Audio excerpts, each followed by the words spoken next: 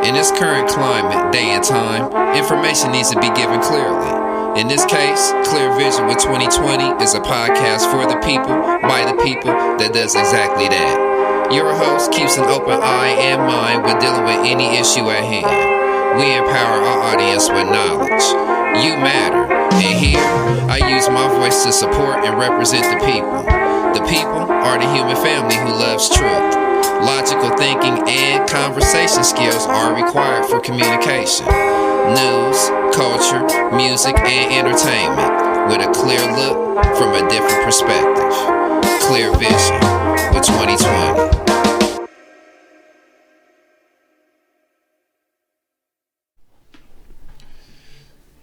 Peace, family. This is your man, Agent 2020, and you are now tuned in to Clear Vision with 2020. This is the 20 spot.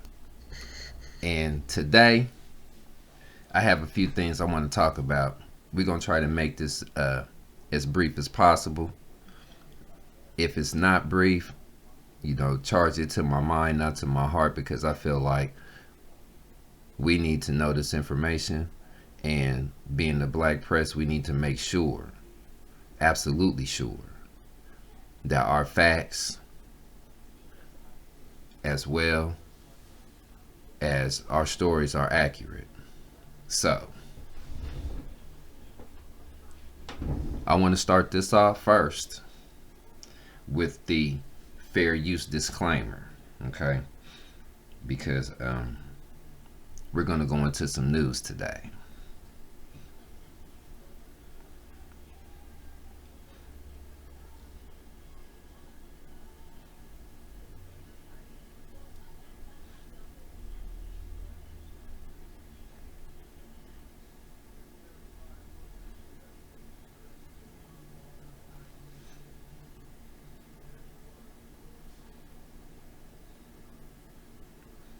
All right.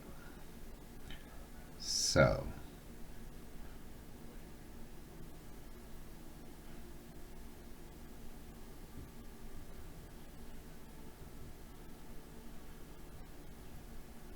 all right. So this is how we're going to do it today. Copyright disclaimer under Section 107 of the Copyright Act of 1976. Allowance is made for fair use for purposes such as criticism, comment, news reporting, teaching, scholarship, education, and research. Fair use is a use permitted by the copyright statute that might otherwise be infringing. All of this is done under fair use. So, now that I've done that, the first thing I want to get into is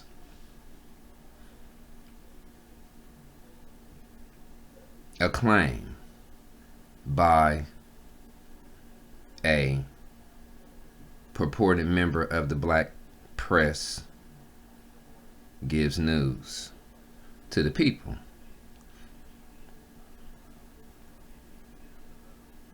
This individual,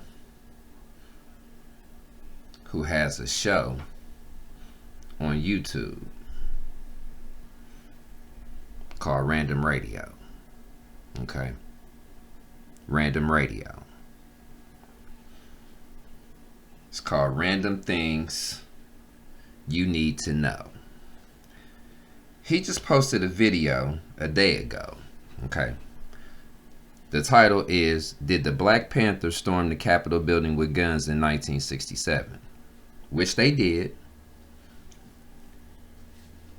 Now, according to this video,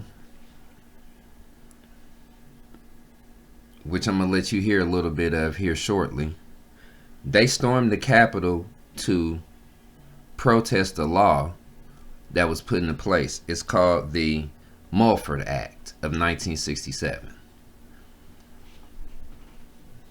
While they were doing this, they came into the Capitol with rifles. All right. Now, the argument is, if January 6th would have been all of us, let's say black people, storming the Capitol, we probably would have been mowed down,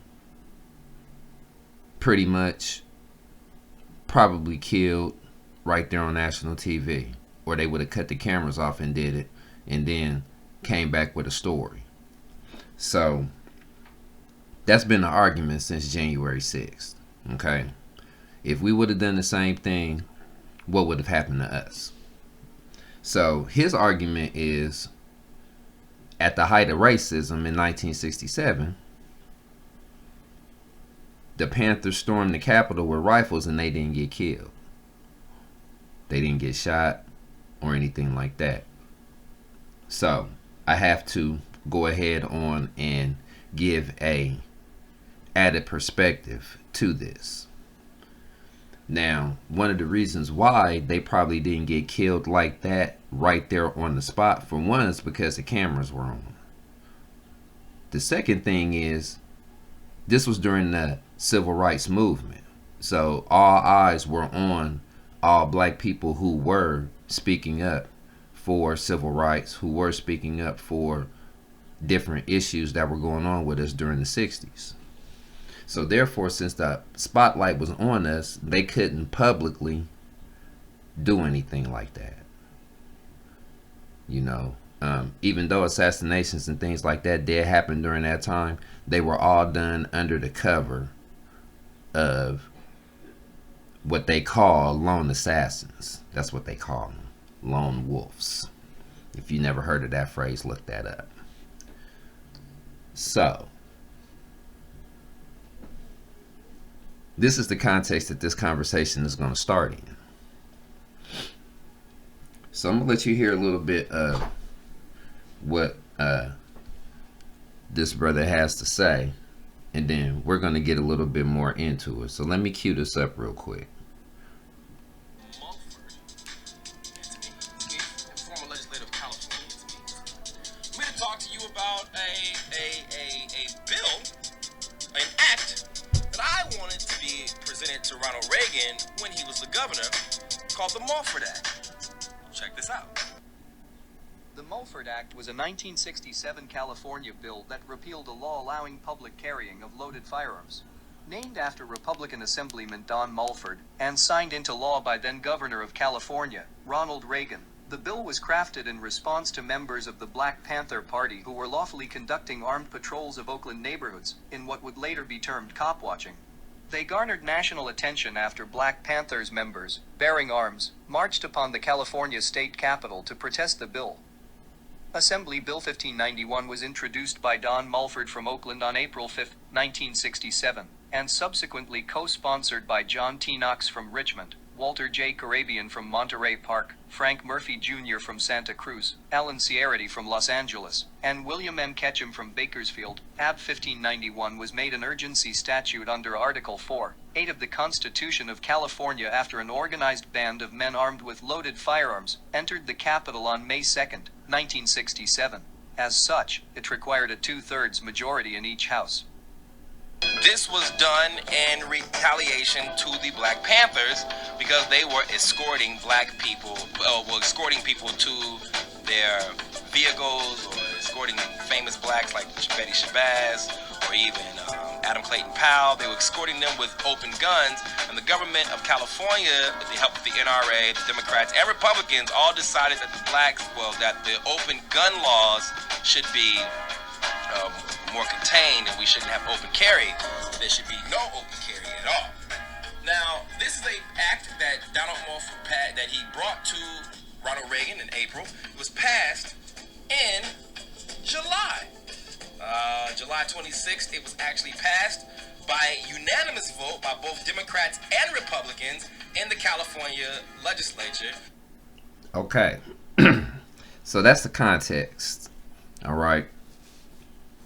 So this Mulford Act was put into play because the Panthers in their neighborhood were patrolling their neighborhood and policing themselves. They had their own weapons, and they were lawfully permitted to have those weapons. So I'm going to fast forward to a part where this is probably going to be something that you've heard for the first time. Okay?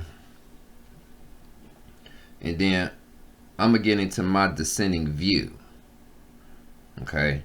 But first, what we're going to do is we're going to cue this up again real quick. And we're going to get some people to talk about a few other things. Peace, family. Okay. Now, I'm about to cue this up.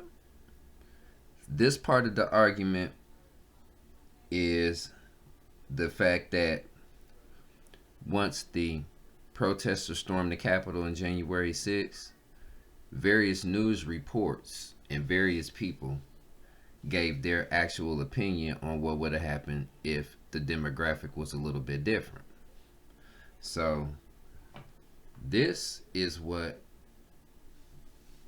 they had to say, and like I said, this is Random Radio's take on this whole issue. Even though they didn't storm the Capitol with guns, but they did storm the Capitol with the intent of taking hostages, possibly hanging or executing someone on Capitol grounds, so on and so forth. But this is what our people had to say about the fact that if that was us, what would have actually happened would have been totally different. Like, totally different. So, let me go ahead on and cue this up for us real quick here. And then, we're going to go ahead on and get some more information on it. So, Fair Use Act is still in effect. So, check this out. Blacks with the open guns. I don't know why. But one thing I do know that's interesting about this story, is I could have sworn that just in January, when the whites did this, when Trump supporters did this, did the news say this? If it were black protesters, we would have been shot. Like, just right then and there. It would have been a massacre. A lot of activists saying that if the protesters yesterday were black, they would be dead. Do you believe that? Oh yeah, we would all be dead. It would be a spray of bullets. So I'll ask you the question this way: how do you think police would have responded differently had this been a Black Lives Matter protest? I don't have to think, I know. I remember in 2014 when the police declared it illegal to stand still with their 5-second rule. So we literally walked in circles. We certainly would never have been allowed to storm a federal building. I think it communicates that they see white people as valuable and non-white people as not valuable. Okay, so those were views of black and white people in this case that felt like the outcome would have been totally different if it was us storming the Capitol demanding that people be held accountable and responsible for what they did. Now, after all of that's been said,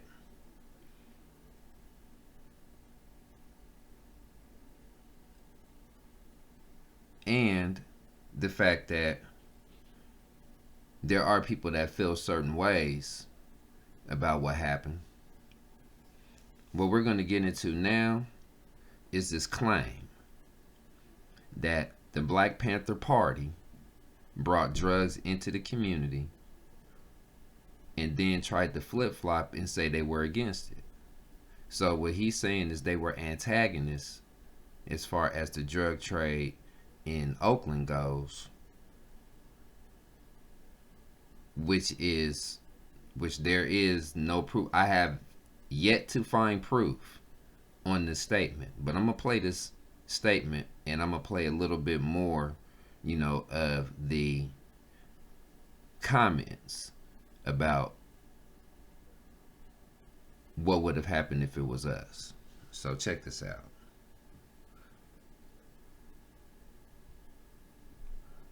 They see white people as valuable and non-white people as not valuable. So if the blacks had stormed the Capitol, they would have been killed. In 1967, at the height of racism, blacks stormed the Capitol with weapons inside, as you see here, inside the Capitol of California. Granted, it's not the U.S. Capitol. It is a state Capitol building. No one was shot. So, what just happened here? At the height of racism, no one gets shot, and it's blacks inside of a Capitol building, storming a Capitol building and having weapons. But when whites do it, oh, it's racist white supremacy. Do you see how the media has played you again? Now, let's be clear on something. I don't think the blacks are wrong for storming the Capitol. I think that if they had an issue with the government, that's the person who you take it out on. You take it out on the government. So I'm 100% on board with the Black Panthers going to the Capitol building to take up the issue of the bill with the people creating the bill. Now, I want you to pay real close attention. Pay real close attention to what he says after this. Okay? Because he's going to blend it all in. And he's going to try to make it seem like even though they were exercising their rights at that time, making it seem like since it was overt racism, meaning it was out in the open, that they should have got killed. But that's not what we're talking about here. We all know that the light of the world was on the United States at this time, and people were getting assassinated at this time. This was right before Dr. King got assassinated in '68. This was right after Medgar Evers got assassinated, as well as Malcolm X. You know, 64 and 65 respectively, if I'm not mistaken. I'll do some checking on that while we're doing the video, and I'll come back to it. But in the height of all of these things, even though a lot of it was done in the open, it didn't matter, because they were hiding their hand the whole time. You know, so I'm gonna keep on playing this video just so y'all be able to get the full context, and when I talk about it, then y'all be able to understand why I'm saying what I'm saying. Alright, so check it out. That's fantastic. They brought their arms. I don't see anything wrong with that. Why would they want to take away your Second Amendment rights? I'm on board with the Black Panthers here, which is strange because I am not a supporter of the Black Panther movement. I will not support anyone who thinks that the beginning of Sweetback's badass song is a rite of passage for man. Oh, you don't know what that is? Well, let me tell you before I show it to you. I'm going to show you this, but I'm hoping that YouTube doesn't take it down because it is inappropriate. So instead of showing you the full footage, because I don't know what's going to happen, I'm just going to show pics, okay? And I'm going to have to blur some stuff out. You go and you check out Sweetback's badass song by Melvin Van Peebles yourself. You go and you... Now, he's talking about Sweetback's badass song, which is a movie that Melvin Van Peebles had to fund himself, and he had to enlist what's called the people to play the extras, which is everybody in the neighborhood. Okay? Now, the scene he's talking about at the beginning of the movie is a young Melvin Van Peebles who was being played by his son at the time, Melvin Van Peebles. Okay? Sweetback's badass song is a story about Melvin Van Peebles growing up and becoming an adult, and his view of the world that he was living in at that time, being a black man and being a film producer who was wanting to make a film about the black man getting back at the man. You know what I'm saying? He's the man didn't get him. He didn't get arrested. He didn't get caught. The people stood up. The movie has a context to it. The beginning was Melvin being young and being a paper boy or a delivery boy. It looks like he was delivering some things, and one of the women in the brothel who knew him coaxed him into having sex with her. Now, as far as this being a rite of passage, as far as what Huey Newton said, according to this particular video, I'm going to have to look that up too. We're going to get some context on that as well. So, you know, we'll be able to talk about the whole video in this context, as well as talking about the comment that he's about to make right after that. So I just wanted to give a little context to Sweetback, so a lot of people would know. It is a good movie. I've seen it myself, you know, and as far as these comments that he's going to make, we're going to talk about them too. Read what Huey P. Newton said about this particular scene yourself, and you tell me if you would support this group. Go ahead, roll the footage. This is the footage.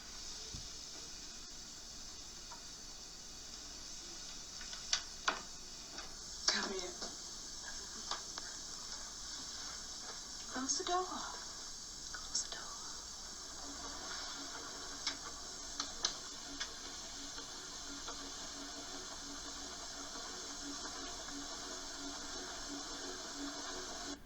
Yeah, so I gotta stop it right here because I have tried to upload this video to YouTube twice now.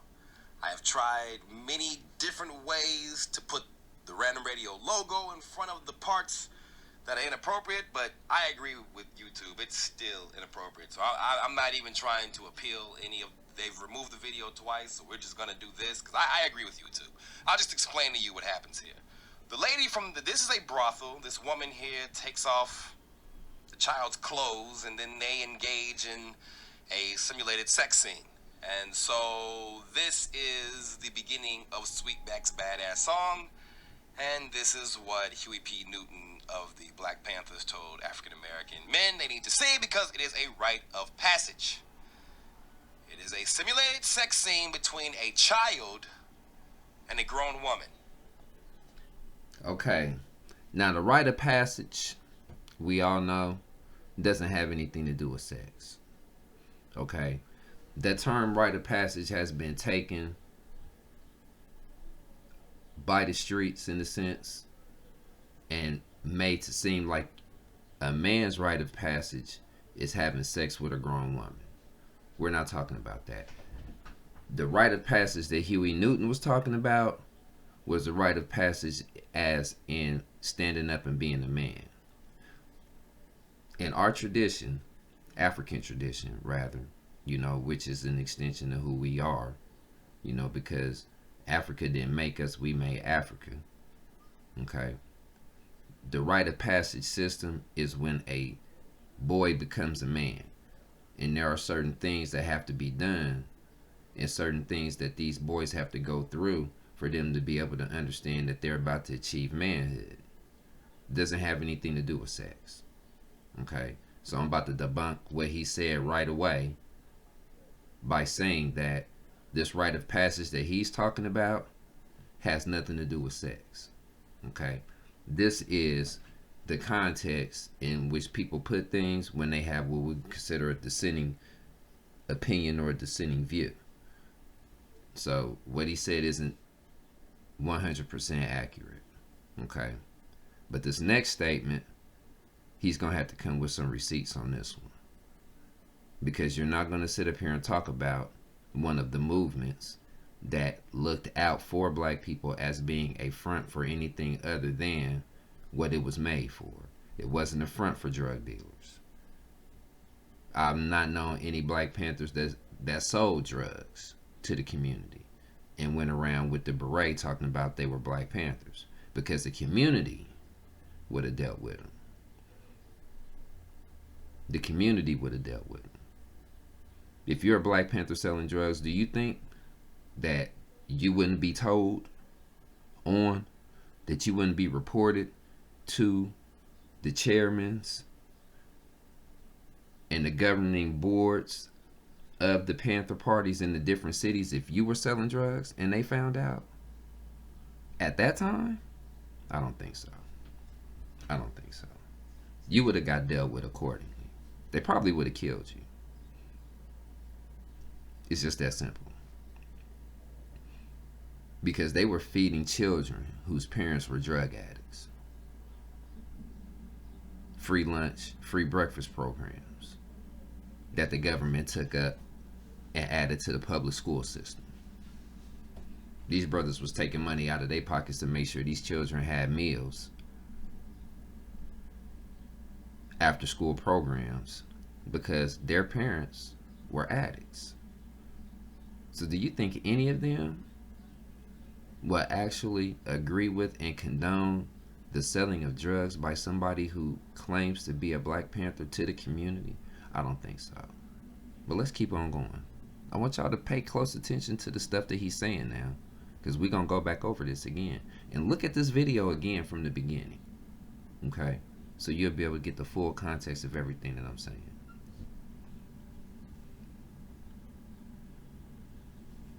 There you have it. That's what they said, that young man who was Mario Van Peebles, who was doing that with that grown woman, simulating sexual activity. This is actually child pornography when you think about it. This is a rite of passage. All Black men should see this. I will not support a group that does that. I also will not support a group that put drugs into the Black community and then went around and acted like they was trying to help Blacks, but you actually brought drugs and gang violence to the Black community. I will not support that either. That helped deteriorate and destroy the Black community. I'm not gonna support that. But what I do support is I do support the right for. Okay. So you just heard that, right? He said he's not going to support a group that brings drugs into the Black community. You know what? I'm gonna play it again. I'm gonna play it again just so you'll get the context. I want you to hear it from his mouth again. On the person who you actually have the issue with. So if that is the play you told you that if you were Black and you went to the Capitol, they would have shot you. You have we're right. You also boy y'all look at.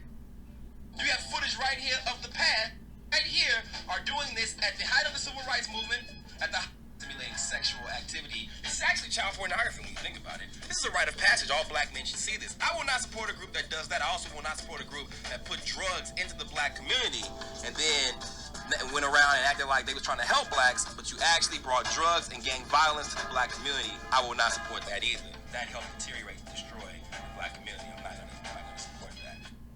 Now,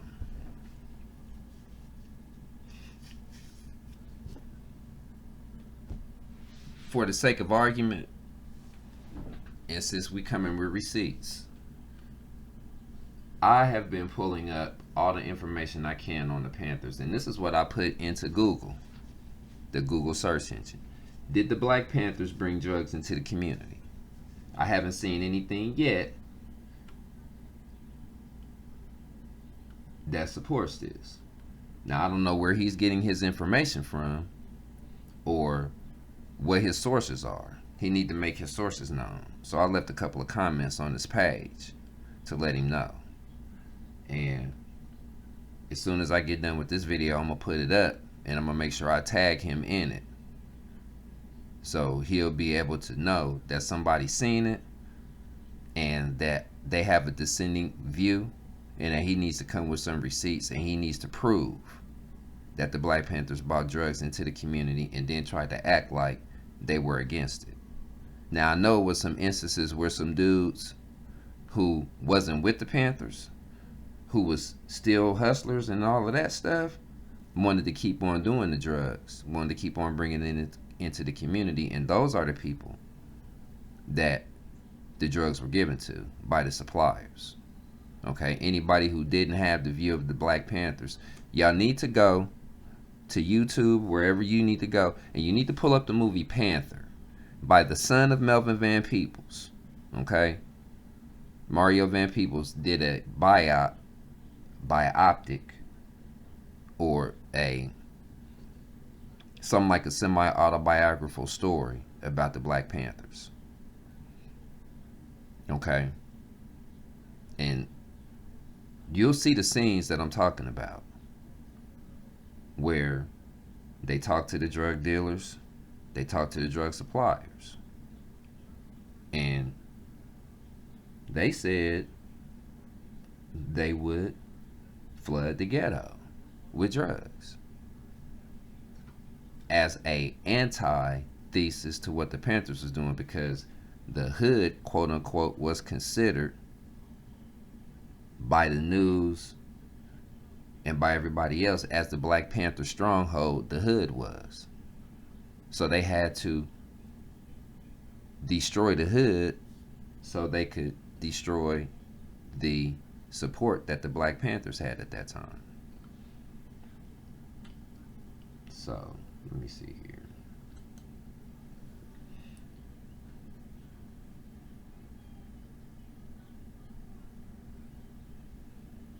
Now, I've been looking this up. Did the Black Panthers bring drugs into the community? And I don't see anything that says anything about the Black Panthers bringing drugs in the community. Not one thing. And according to Google, it's 8,870,000 results to this question.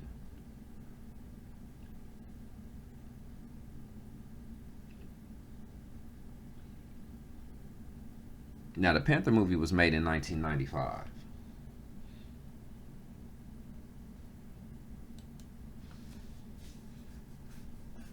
So I'm on page 4 right now, you know, and I'm just sitting here and I'm just trying to figure out, where did this dude get this information from? I really would like to know, you know, because I've read the Black Panthers, what they call manifesto, the book. I read that when I was in the 7th grade, and they hated drug dealers. I mean, like, literally hated drug dealers, to the point to where if you got caught selling drugs and they ran up on you, you was getting beat down. Period. It wasn't no talking. Like they say, you know what I'm saying? On site. Soon as they seen you, it's on site. In the movie, one of the Panthers got killed because it was on site, and the dude knew he was about to get whooped, and he had a gun on him, and he killed him. Okay.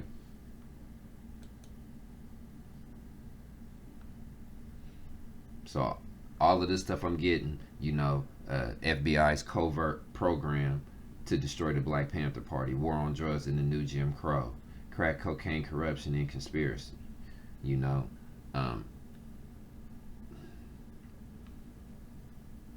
how the Black Panthers revolutionized U.S.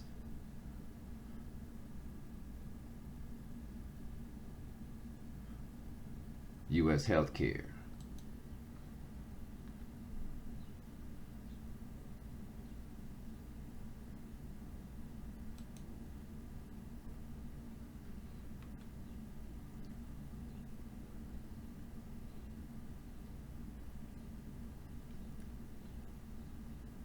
Okay, since we still dealing with fair use, I'm pulling up this article by the Observer. Okay. Now I'm starting to see some of the dissenting views here.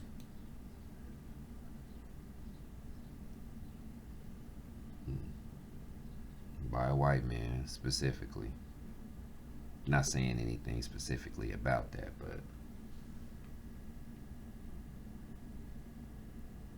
he called Huey Newton a teenage thug who taught himself how to read.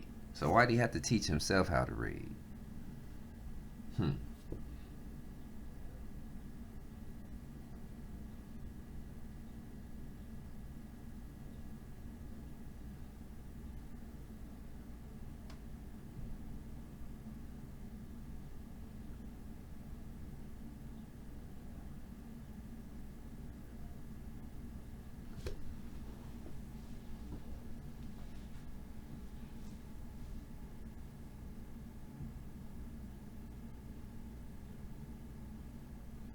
Okay, now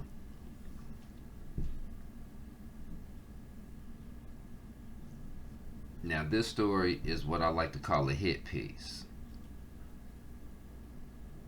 Okay.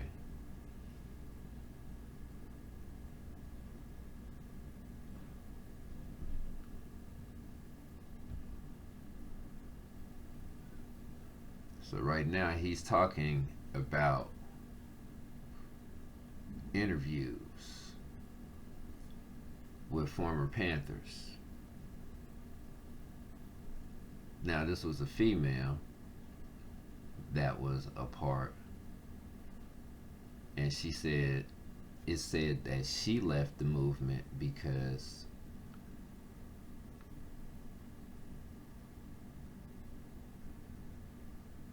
she was assaulted, I guess.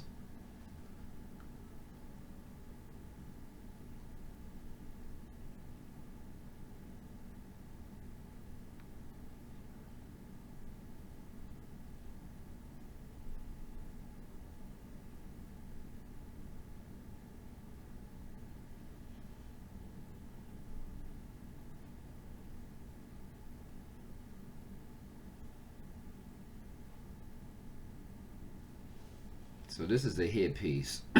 So I'm starting to see where he's probably getting his information. Now, this was a hit piece that was done by the Observer, and the title of it is Black Power's Coolest Radicals, but also a Gang of Ruthless Killers by Andrew Anthony. Okay. And this was in October of 2015 that this was put out. So yeah, it is hit pieces that are out there, you know, that try to make it seem like, you know what I'm saying, the Panthers were just killers, you know. But look at where they from. I mean, they from the streets. I mean, what would you expect? You know, oppression, discrimination, racism, violence, and you don't think that you were birthed this kind of attitude? You know, they weren't the purveyors of gangs. When the United States government decided to target the Panthers and dismantle them, they used any means necessary to do so. And out of those splinter groups, you have what you will call gangs now. So no, they didn't promote gangs. They didn't deal with drugs. I haven't seen any proof. And I can type it in again. I'm going to type it in a different way.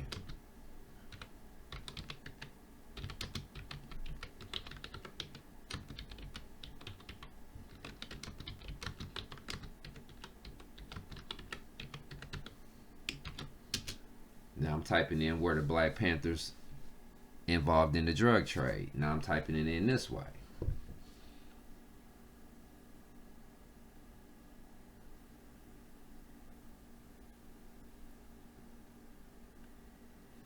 And I'm still trying to find, now of this one, there's 8,140,000 results. You know, and I'm trying to find one instance and where it says that the Black Panther Party, somebody in the Black Panther Party was arrested for selling drugs.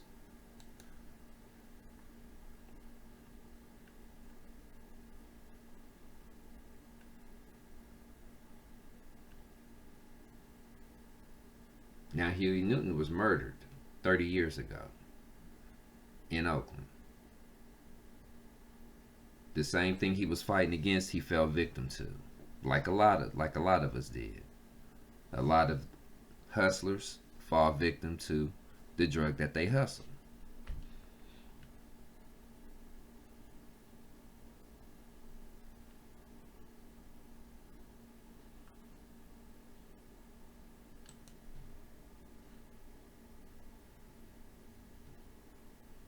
So I'm not seeing any information about the Black Panthers being involved in drug dealing or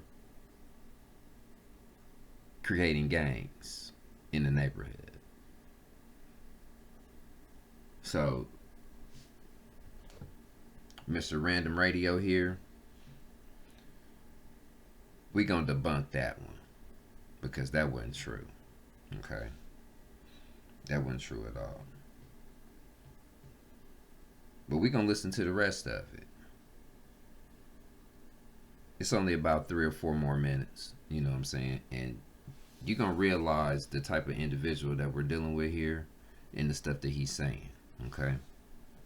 But what I do support is I do support the right for any American, black, white, Asian, whatever, to go and tell the government, you will not take away my Second Amendment right. I'm with that. I am also with you taking the issue that you have out on the person who you actually have the issue with. So if that is the government, I'm with that. Not your local businesses, not other black people, the actual government. So I'm with that. But one thing I'm curious to know is that why did the media lie to you and tell you that if the blacks had stormed the Capitol, they would have got killed? Black Lives Matter would have did, they would have got shot. Blacks right here are doing this at the height of the civil rights movement, at the height of at the height of racism, when racism would have been the highest, right? We can all agree that 1967 racial tensions were pretty high. No blacks got shot in California. So, you guys leave some messages in the comments section. You tell me, do you agree with me? Yes, the Black Panthers had... No, I don't agree with you. Not at all. Okay? So let's just make that clear. You know, there's no agreeing with you on this one. You know, just like the shirt say, freedom is not free. It's not free at all. You see what I'm saying? But at the same time, it don't matter whether it's free or not. You know what I'm saying? You can't just say anything just because you think it's so. Every right to go to the Capitol and protest. The Black Panthers had every right to say, how are you going to take away our Second Amendment we know rights? that too. Take away any American Second Amendment rights. I agree with that. But don't you see how the media just played you, used race to play you, told you that if you were black and you went to the Capitol, they would have shot you. You have footage right here of the past when racism was at the height of racism, blacks going to the Capitol with guns inside the Capitol, not getting shot. God, there's a message in the comment section. Tell me, what do you think? Maybe you think, Lorenzo, you're a liar. The blacks got shot. I can show you proof. Please show me that proof. Me and Cobra Commander would love to see proof of the blacks getting shot at this event. I can't find any footage of it. I tried to look for it, too. I wanted to find blacks injured, shot, hurt. But the footage he didn't look for was were the Panthers dealing drugs in the community.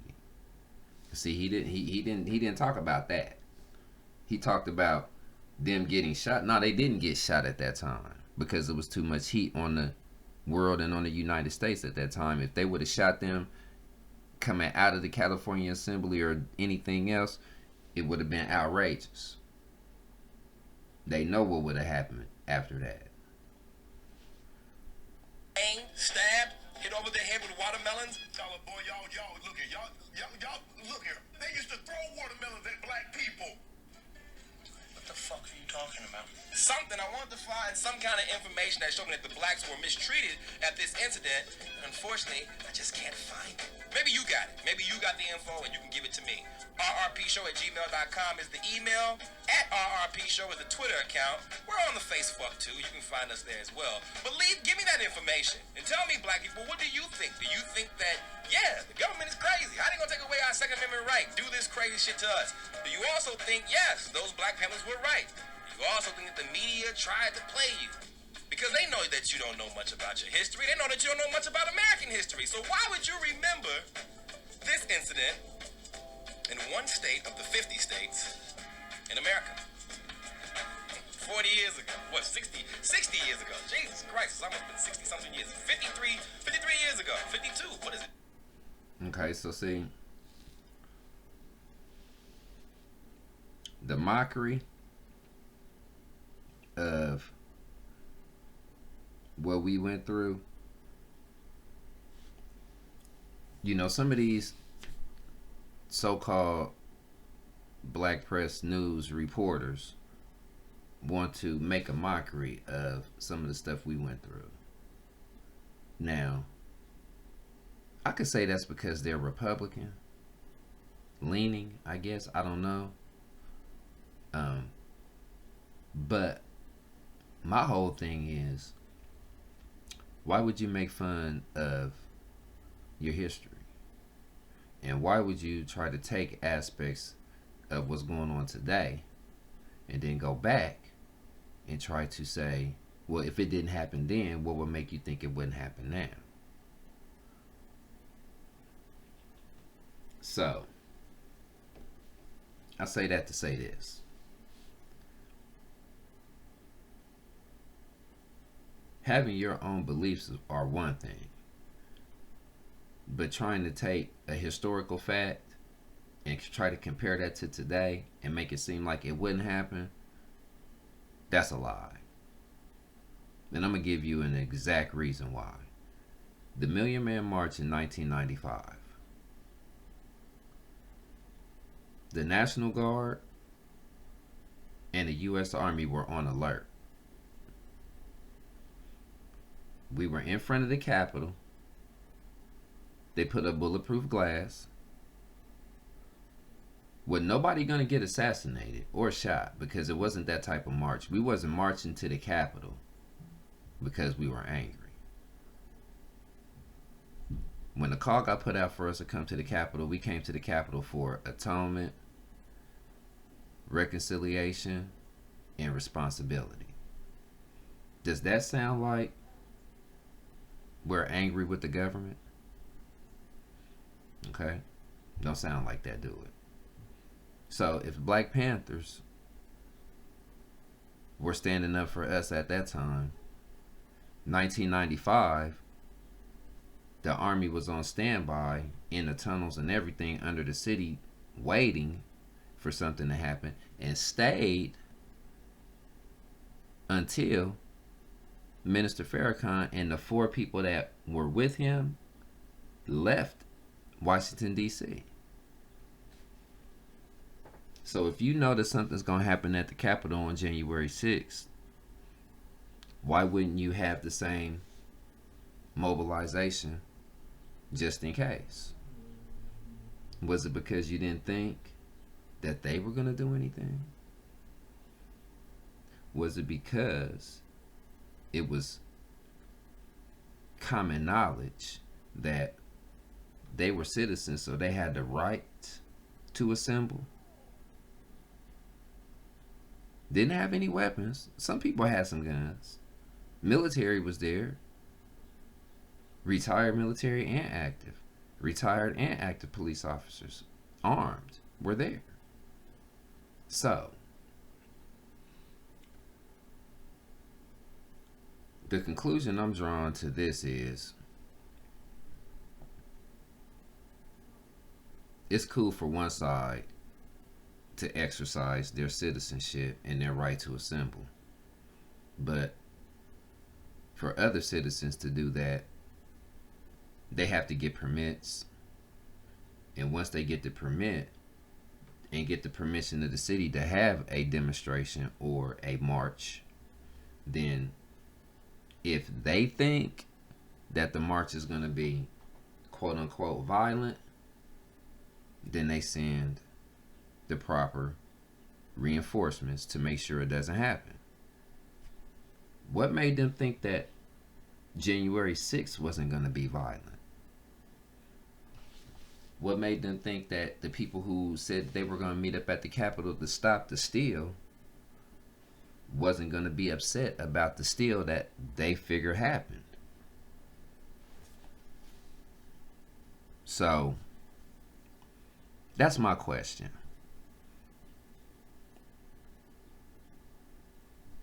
You can leave your comments at the, you can leave your comments in the comment section. I want to know what you think. Because Leonard wasn't right about what he was saying. Having your opinion is one thing, but he didn't bring any receipts. He just spouted his opinion like they usually do, with no proof behind it. So you got to come with some proof, bro. You got to bring some receipts.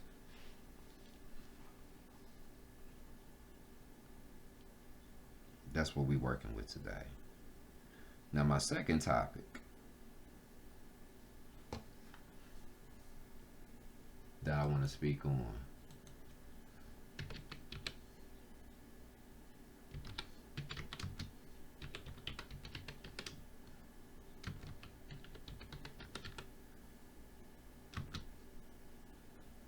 is Capitol Police Officer Brian Sicknick. And why nobody has been brought to justice for killing this police officer? Why aren't they looking for this person? Why aren't they looking for these people? How come they haven't found the footage where this officer was getting physically attacked and found out who was doing the attacking?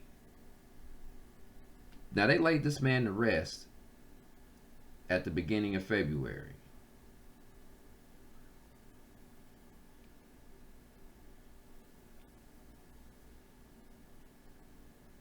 But nobody's been brought to justice yet for the killing of this police officer. Where are the Blue Lives Matter right now? Okay? Where are the police officers? Where are the FOP organizations? How come nobody is trying to get this man justice? Why aren't anybody talking about this?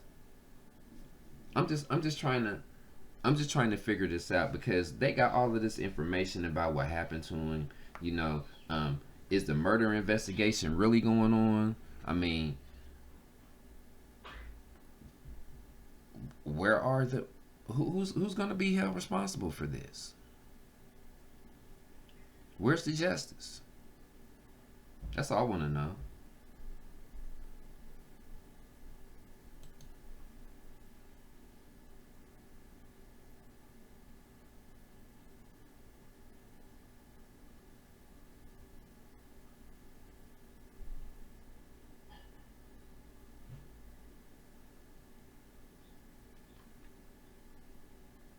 Now, January 8th, according to the New York Times,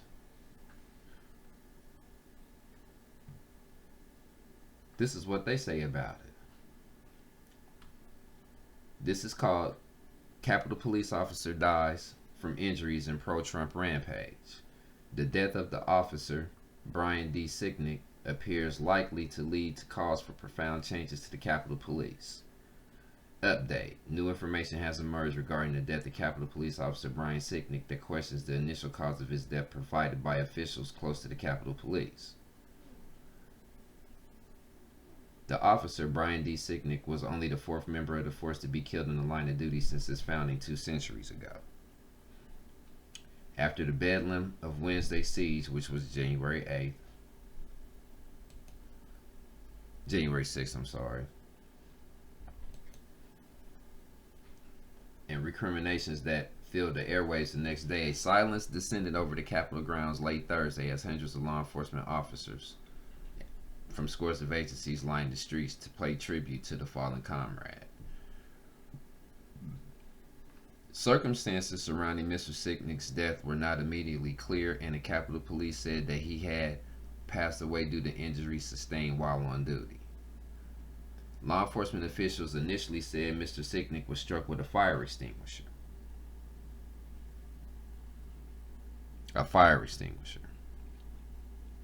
But weeks later, police sources and investigators were at odds over whether he was hit. Medical experts have said he did not die of blunt force trauma, according to one law enforcement official.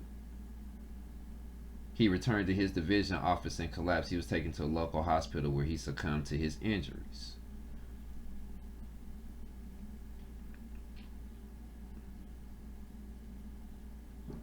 It was unclear where Mr. Sicknick's encounter with the rioters took place, but photos and a video posted by a local reporter during the night of the chaos showed a man spraying a fire extinguisher outside the Senate chamber with a small number of police officers overlooking the area on a nearby stairway. So, they have no idea how this man died, what his injuries were, whatever. This whole article, and I'm just skimming through it, they're not bringing any information at all whatsoever about this man, but they're going to go back into history and talk about the only other time a Capitol Police officer got killed. So, nobody's talking about this in the news.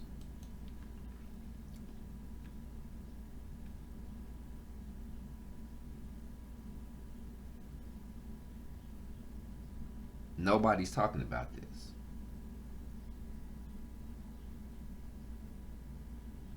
Now, they just buried this man in February, this month, a couple of weeks ago. And his family hasn't been on television. Nobody's been discussing anything about what happened to this man. It's almost like nobody even cares. But you want us to believe that blue lives matter. And you want us to make sure we don't hurt any police officers. But yet a whole officer just got killed during the January 6th insurrection at the Capitol, and nobody is talking about this. It's an investigation going on, but nobody said anything about this investigation. Now, this isn't... Trump is being impeached for the second time. The second time. But nobody's talking about this. Somebody died. Now, you done heard more about the woman that got killed by the Capitol Police than you've heard about this officer. More people have cried about this woman getting hurt and killed and dying from her injuries, trying to climb through the window. They're talking more about her than they're talking about this officer. So what's going on, America? I mean, why aren't y'all talking about this? CNN, MSNBC, local news, they're not talking about this. Could this be one of those things that they're trying to cover up because some people who might have been involved in it are still active right now in whatever part of the government or whatever job they worked in? Somebody's covering up for them. You know, were they prominent individuals? What was going on? How come nobody's talking about this?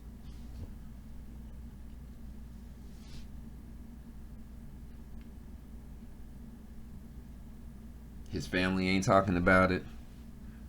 You know, they're not releasing no information for his cause of death. Nothing. The day after it happened, he passed away from his injuries, and they have not said anything about it yet.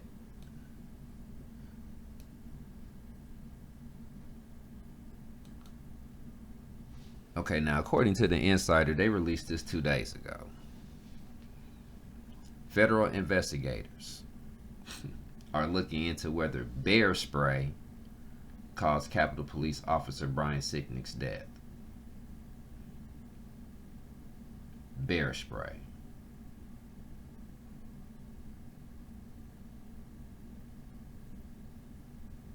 Okay, the officer was hit with bear spray.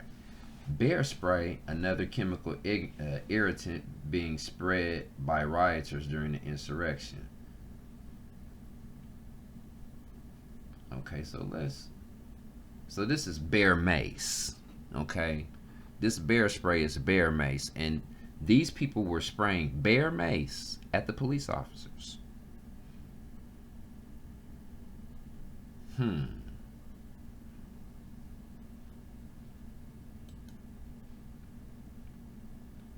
Bear mace.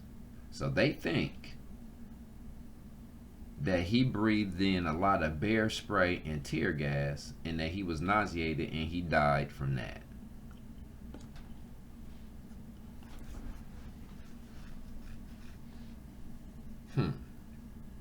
Donald Trump supporters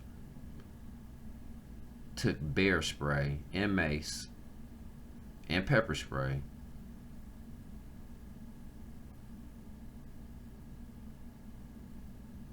to their protest. The protesters, let me get this right now, the protesters had bear spray to use on the Capitol officers if they was to run up on them. And they got a picture of this guy spraying it too. Got the Donald Trump hat on. So they got pepper spray and bear spray. They spraying right back at him. The any of the Black Lives Matter protesters have any of that stuff with them? Or were they told that this was going to be a non-violent rally and you don't need to bring anything because we're doing a peaceful protest? So in peaceful protests, do they bring bear spray, bear mace, pepper spray, weapons to a peaceful protest? I'm just saying.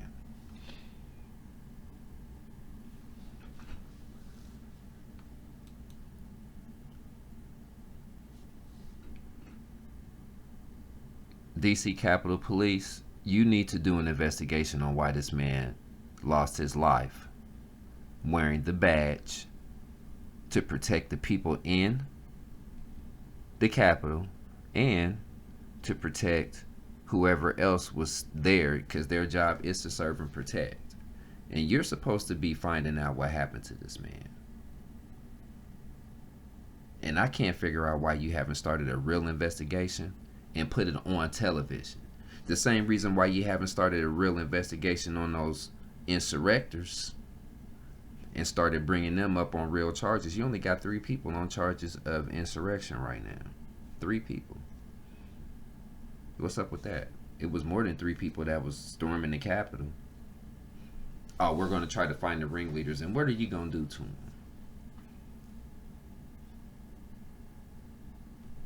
What are you going to charge him with? How come we ain't been hearing about this? The same reason why we ain't heard about Dylan Roof since he's been arrested. The same reason why we don't never hear about none of these lone gunmen that do these assassinations of these people, sometimes men, women, and children.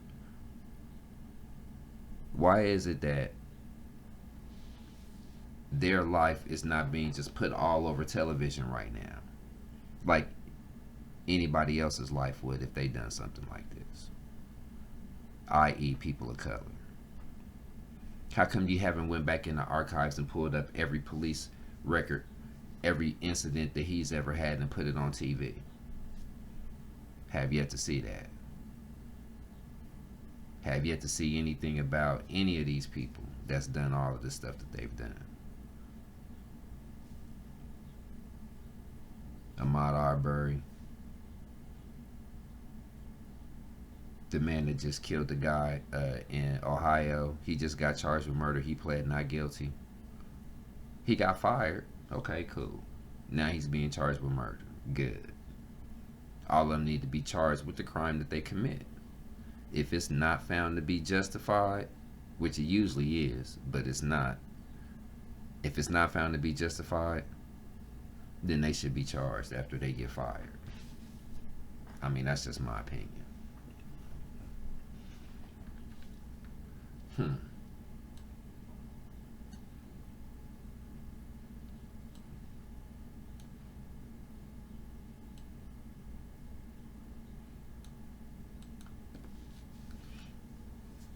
Now CNN has a new video that's supposed to be providing information into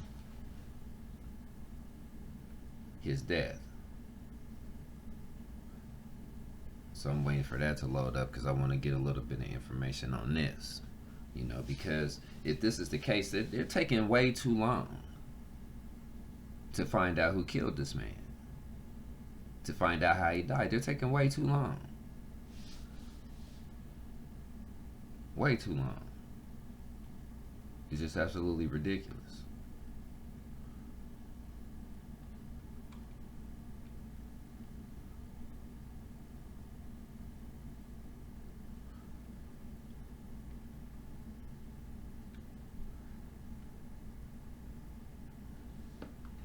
So let's look at this video for a second. I want to see what they're talking about here. That way I can clue you in on what they're saying as far as this video is concerned. You know, I just still can't believe that after all of this time, they're just now finding this video.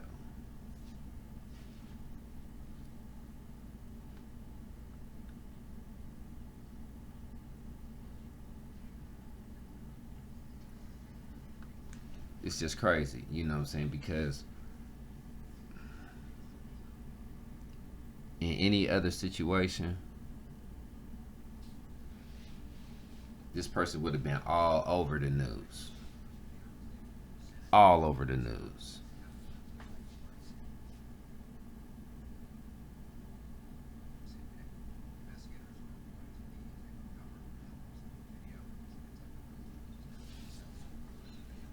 Okay, so this video was done by Anderson Cooper.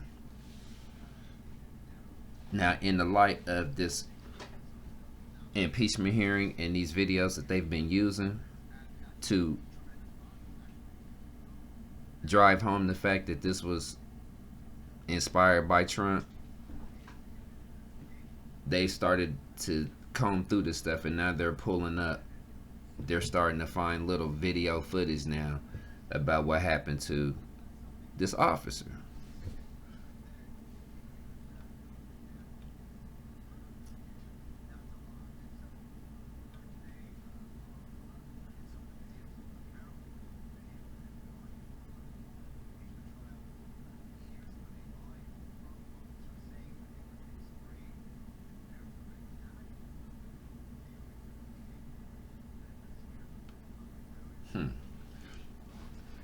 So they still want to try and blame this man's death on the irritant, that he inhaled too much of it and he collapsed.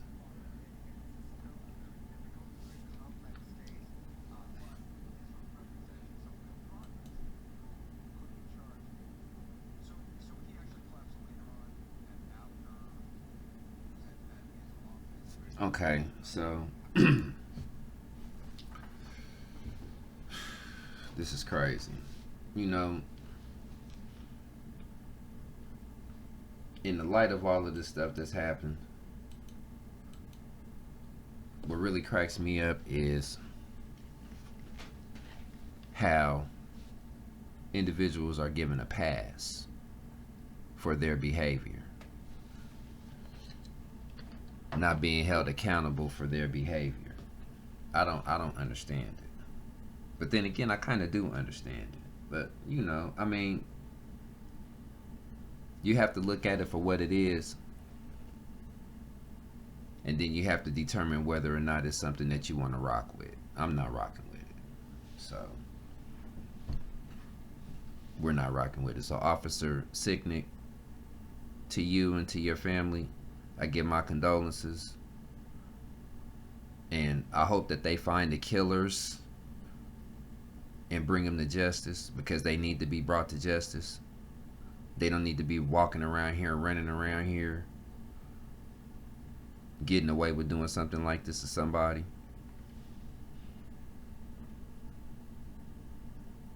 It's just crazy. Okay. Next topic. Michigan GOP governor running for office says that he's going to ban Black History Month because he thinks it's inappropriate and possibly illegal. Okay.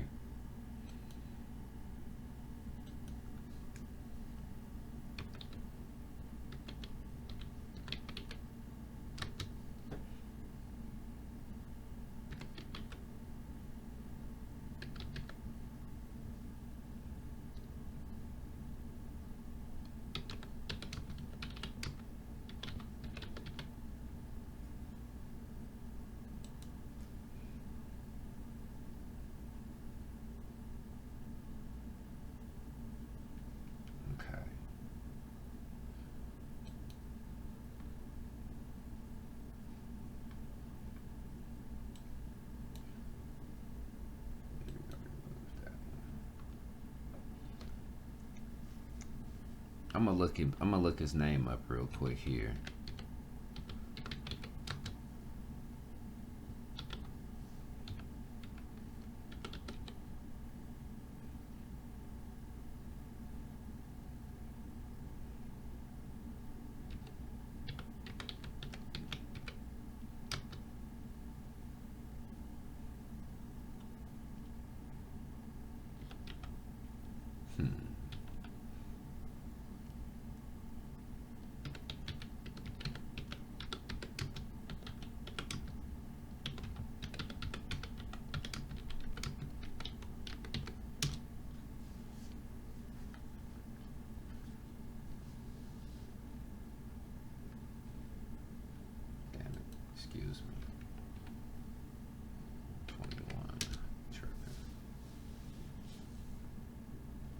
Okay. Michigan GOP candidate for governor is a black man who wants to cancel Black History Month. All right. Now, Austin Ching is a Nigerian immigrant who came to America. He's a black Army veteran and businessman, and Governor Gretchen Whitmer's first Republican challenger. He said, quote, "I will cancel Black History Month in Michigan. It's offensive, unfair, and maybe illegal. Americans from all backgrounds deserve a revered history. I'll declare American History Month." Now, we know that this plays into the All Lives Matter mantra that the pro-Trump individuals decided to take up in the light of all of the murders and killings of black males and females by police officers, whether they're black or white.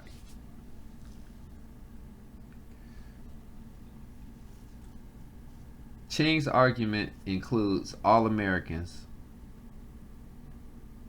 Ching's argument to include all Americans plays directly to former President Donald Trump's MAGA base, as well as the All Lives Matter response to the Black Lives Matter movement. Black history deserves special consideration in the light of our country's sordid history of slavery, systemic racism, and racial injustices, as well as an opportunity to celebrate black accomplishments.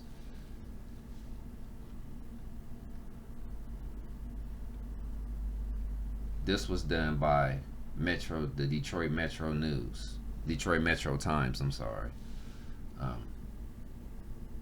So if you're from Detroit, I already know that y'all not gonna be voting for this dude. It'll surprise me. No, it won't surprise me. I know some white people gonna vote for him. Hell, some black people may even vote for him. But he shouldn't get in office.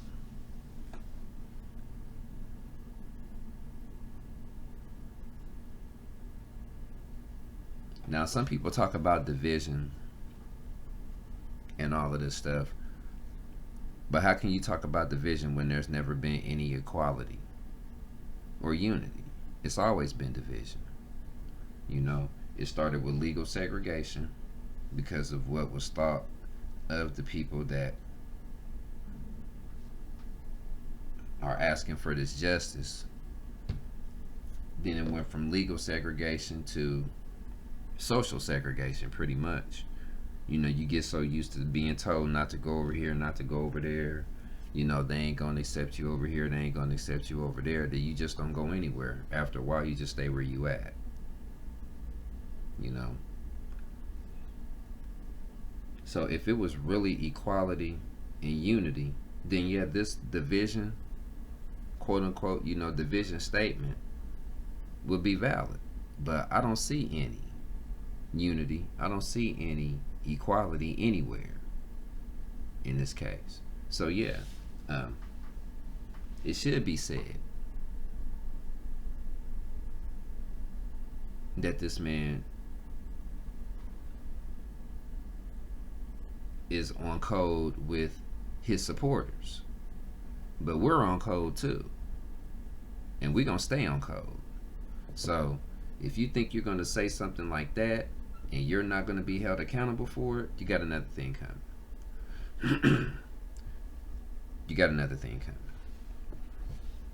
because it's not gonna be any more silence when it comes to things like this. We're not about to just stand around, sit around, and not say anything. That's done. That's over with. So we're gonna rally the troops and get the word out. I'm not gonna vote,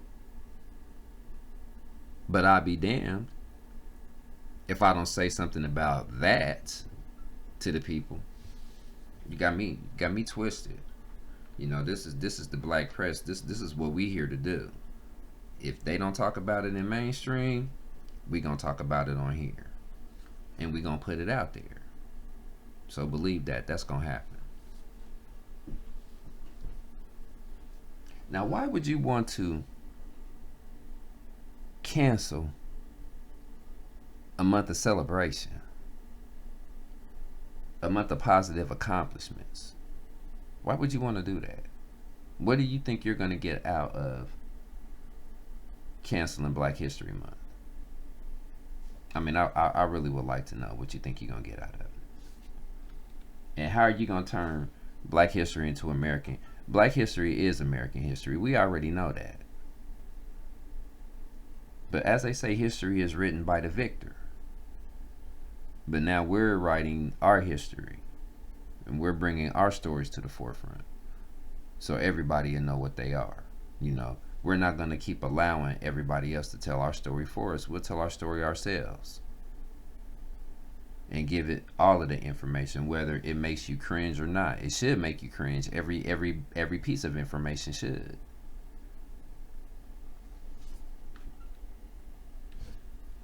So no, we're not endorsing Austin Ching. We're not having that. Not today. Not in 2021. And if you don't like it, I don't care. If I was you, I wouldn't like it either. To sit up here and have somebody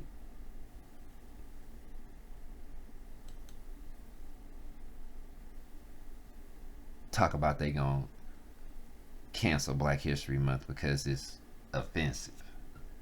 I mean, I'm sorry, you don't got no history here. You see what I'm saying? All of your history was made over in your country before you came here.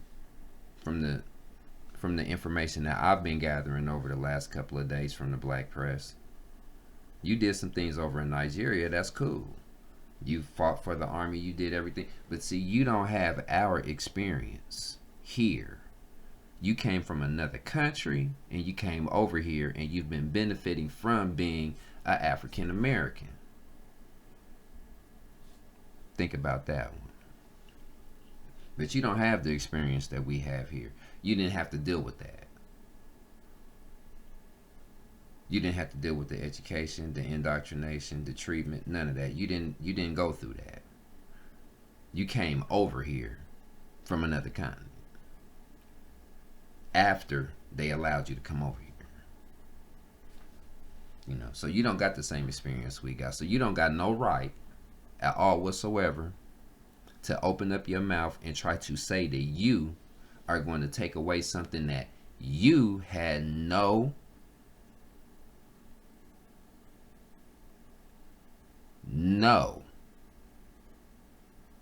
kind of input in. You wasn't even here in 1923, 1924, I'm sorry, when Carter G. Woodson declared Negro History Week. You wasn't even here. You probably wasn't even born at that time. And if you was, you definitely wasn't over here. So who are you to say something like that? Who are you, Austin Ching, to talk about abolishing a month that you had nothing to do with, that doesn't even talk about you at all, period, because you weren't here?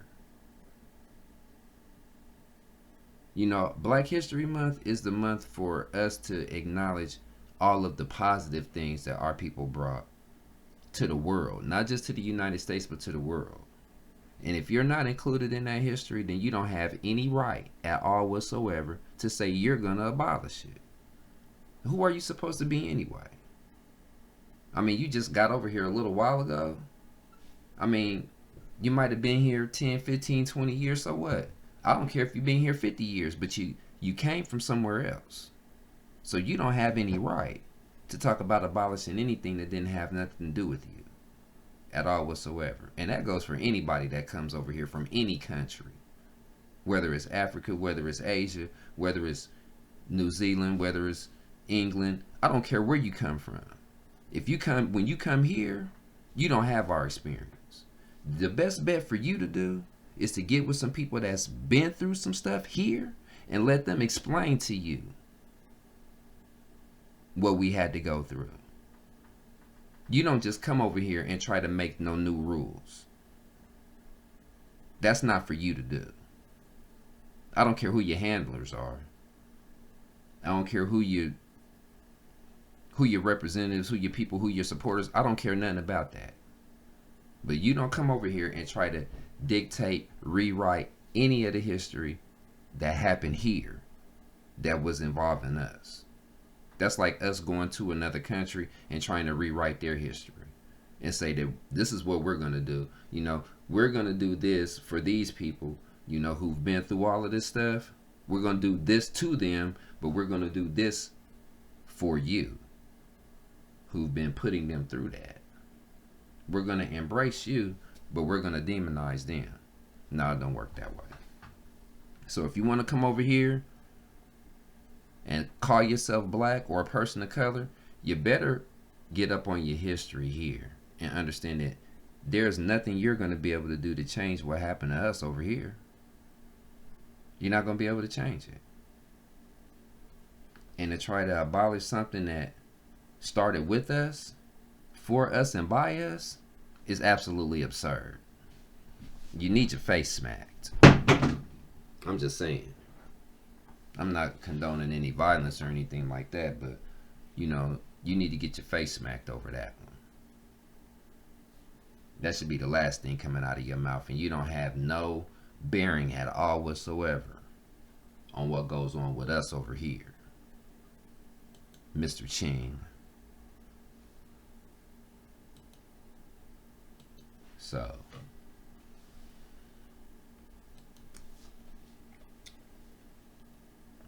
got one more topic, family, and we're gonna call this a wrap for this segment. Okay, I got some more stuff I'm gonna talk about later though, but this one, Mr. Brady's affiliation with Donald Trump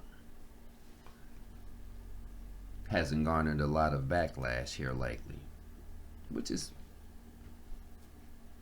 I guess I could say, expected, typical. But Shannon Sharp and Skip Bayless had this conversation on Undisputed on ESPN. And Shannon said basically, white players don't have to worry about who they support and who they don't support. They're not going to get blacklisted or banned, or you know, they're not going to get punished for that. But black athletes have to keep who they support up under their hat, because they might get charged with anti-Semitism, being a racist, supporting a racist movement, supporting a racist individual. And then they have to denounce that person and remove their support from them. Deshaun Jackson had to do that. Tom Brady didn't. So, with that being said, the comment that Deshaun made was in reference and support of the Honorable Minister Louis Farrakhan. But the information or the meme that he used wasn't accurate, but it was a pretty much a depiction on what Hitler probably would have said if he was here. But he had a problem with us too, so don't get it twisted. 6 million Jews were murdered in the Holocaust, according to history, and 5 million others. Who you think the 5 million others were? Being the sense that black people inhabit the whole earth. You don't think black people were in Germany in the 1940s? You're sadly mistaken, because they were. 5 million others.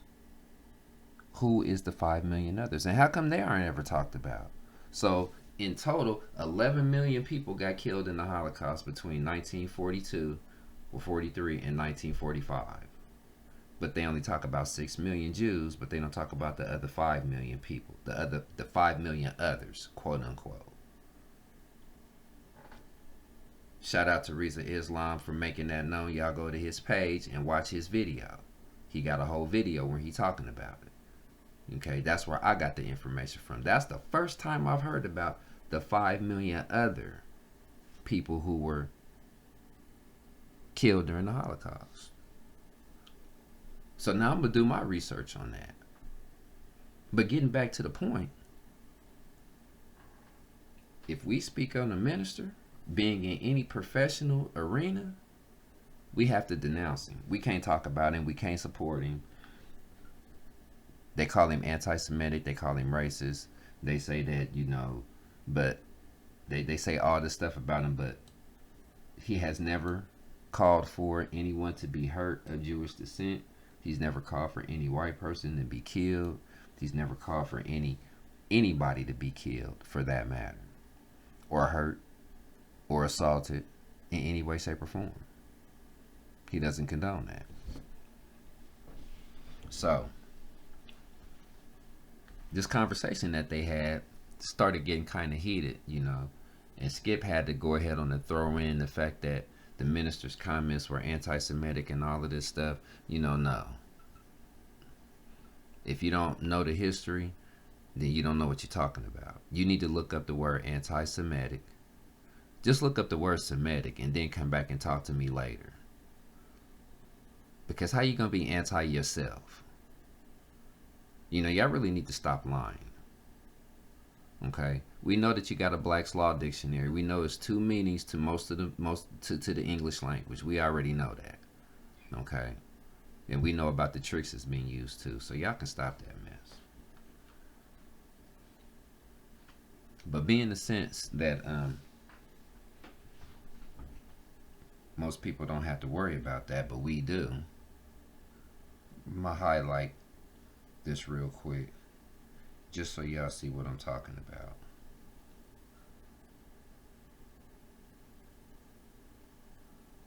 The armor laid it out so eloquently. That's Okay.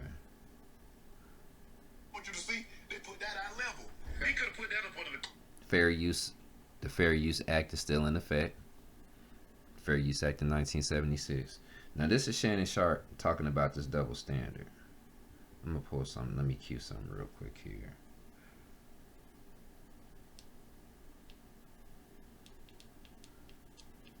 I hear every word you just spoke. It is painfully obvious. always had to take a stance because we've always been disadvantaged. We weren't allowed to play football. We weren't allowed to play basketball. We were allowed to explain his stance. Well, why you not saying anything? You talk about Black Lives Matter. Oh, and I don't Skip. He's entitled to support who he wants to support.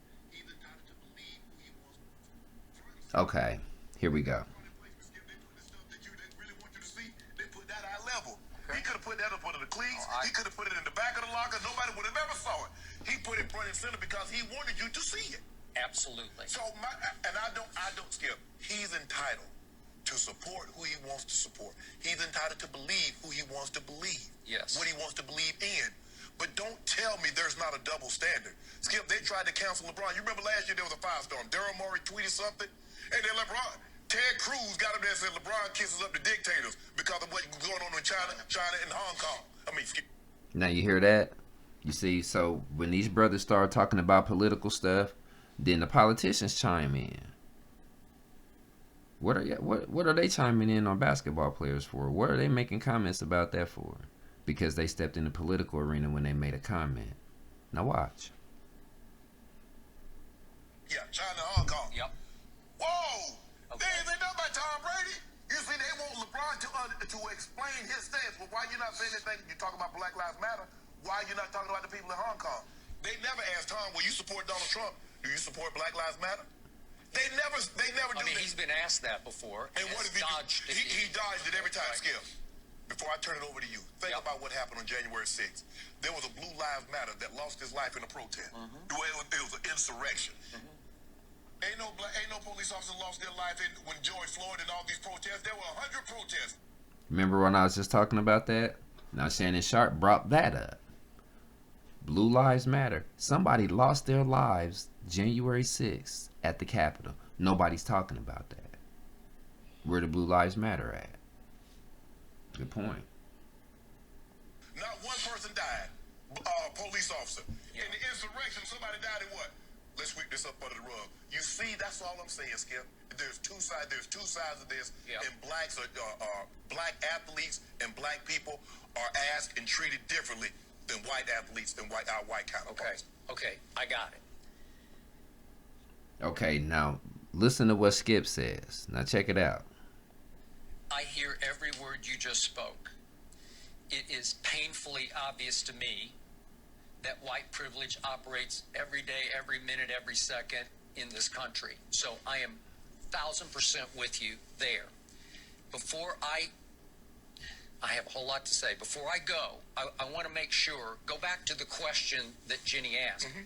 Do you hold the hat against him? No, I don't hold the hat against him. I know what he is. Okay. That's why he won't explain himself. Okay. He wants, look, Skip. Okay, what is he? He supports Donald Trump. He supports a lot of what Donald Trump is about.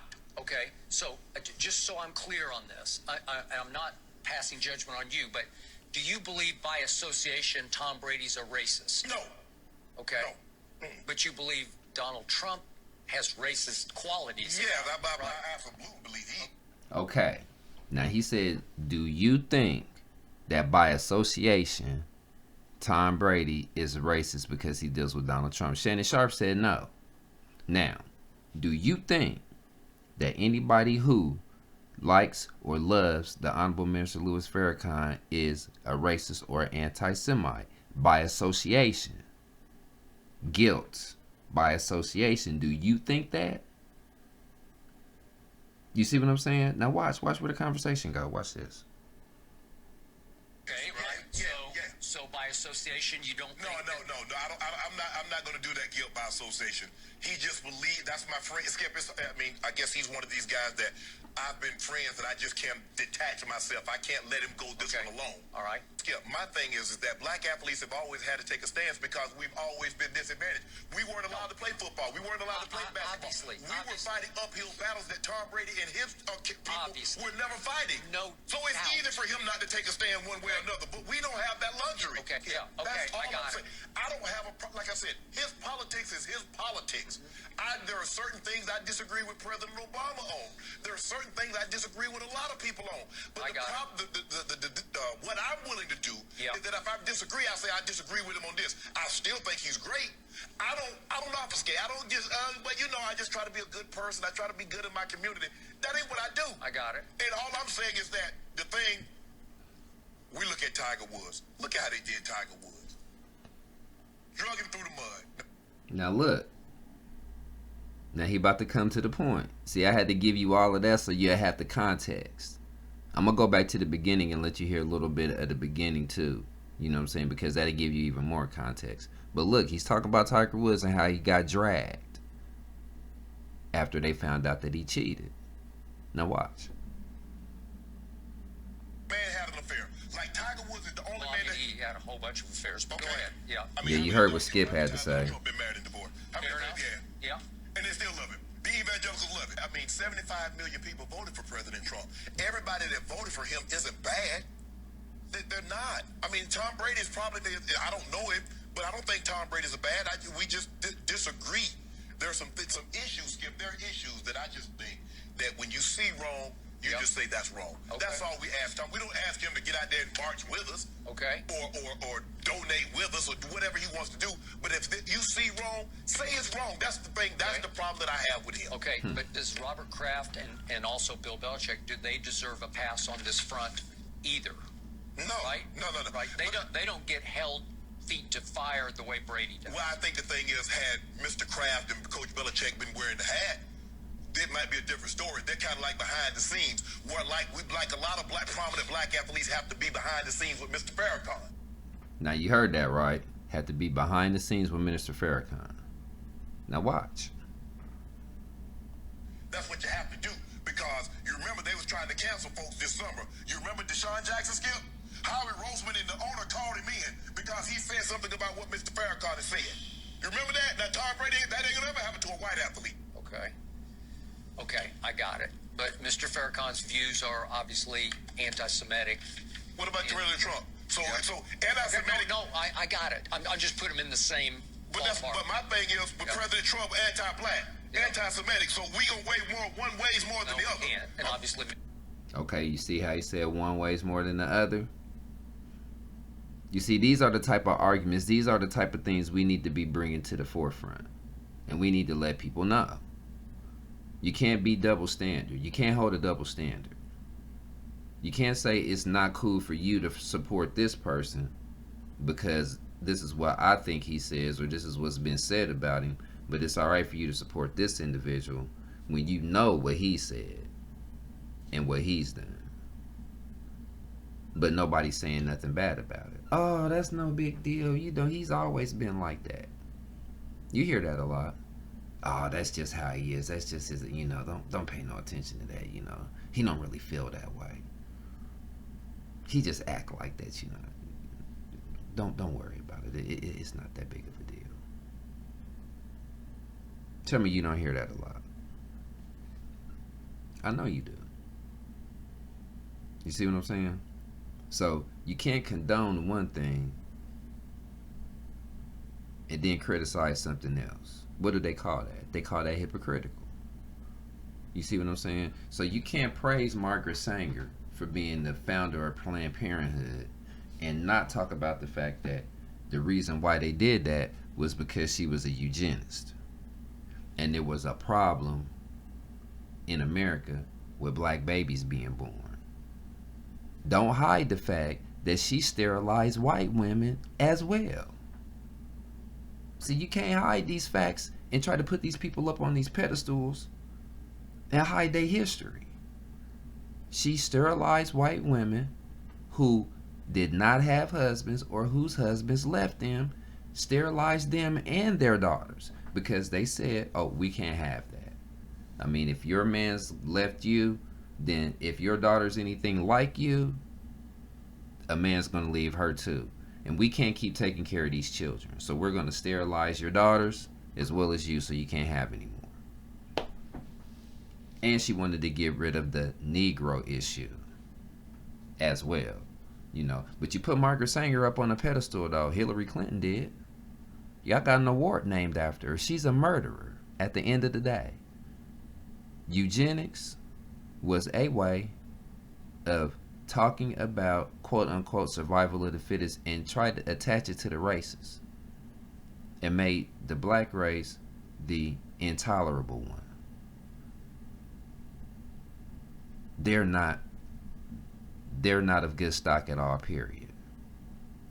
When everything and everybody came from us. But that's another story for another time. So the double standard got to go. Can't have a double standard with the minister and then not have a double standard with Donald Trump. Or anybody for that matter. Yeah, we're going to get more off into these subjects. You know, I didn't want to get too deep into it. I just had to give the context so that everybody will be able to understand where it's coming from. It's going to be more on this here soon. Don't even worry about it. Because we're going to get into each of these subjects and we're going to dig a little bit more, you know, dig a little bit deeper into them, okay? You know, on top of the fact that I'm updating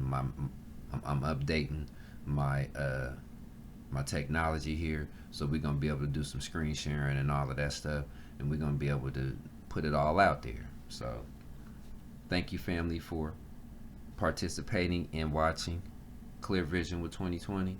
I'm your host. This was the 20 spot. Real brief discussion. We're going to get more off into some things here soon. So y'all have a good day. Y'all have a blacktastic weekend as well. And I'm out. Peace. In this current climate, day and time, information needs to be given clearly. In this case, Clear Vision with 2020 is a podcast for the people, by the people, that does exactly that. Your host keeps an open eye and mind when dealing with any issue at hand. We empower our audience with knowledge. You matter. And here, I use my voice to support and represent the people. The people are the human family who loves truth. Logical thinking and conversation skills are required for communication. News, culture, music, and entertainment with a clear look from a different perspective. Clear Vision with 2020.